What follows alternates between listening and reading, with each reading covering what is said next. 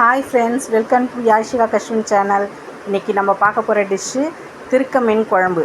திருக்க மீன் குழம்பு எப்படி பண்ணுறது தான் பார்க்க போகிறோம். அதோடைய பெனிஃபிட்ஸ் என்னன்றதை நான் முன்னாடியே கொடுத்துருக்கேன். இதில் ஒரு ஸ்பெஷலான ஒரு பொருளும் சேர்த்துருக்கேன். அதோடைய பெனிஃபிட்ஸும் அதில் கொடுத்துருக்கேன் முன்னாடியே.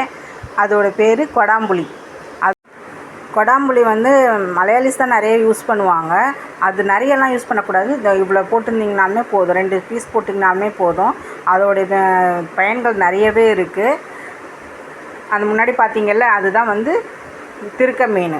திருக்க மீனை நல்லா கழுவி எடுத்து வச்சுட்டு புளியிலேயே நம்ம உப்பை போட்டுடுவேன். நான் எப்போவுமே புளியிலே உப்பை போட்டு கரைச்சி வச்சுட்டு எண்ணெய் ஊற்றி கடுகு வெந்தயம் போட்டுக்கோங்க.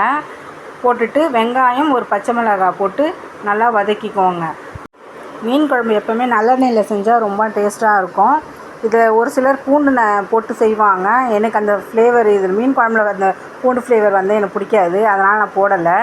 பூண்டு நிறைய இந்த திருக்க மீனுக்கு நிறைய போட்டு சாப்பிட்டிங்கன்னா அதுவும் நல்லது தான். ஆனால் நான் போடலை. உங்களுக்கு வேணும்னா நீங்கள் போட்டுக்கோங்க.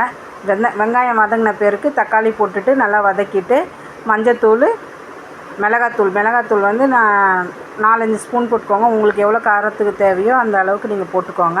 போட்டுட்டு புளியை நல்லா கரைச்சி ஊற்ற வேண்டியது தான்.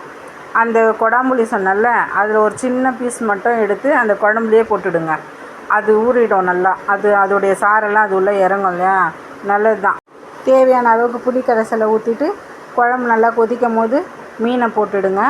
மீன் போட்டுட்டு கொத்தமல்லி போட்டுட்டு நான் ஒரே ஒரு பச்சை மிளகாய் உடச்சி போட்டுடுங்க.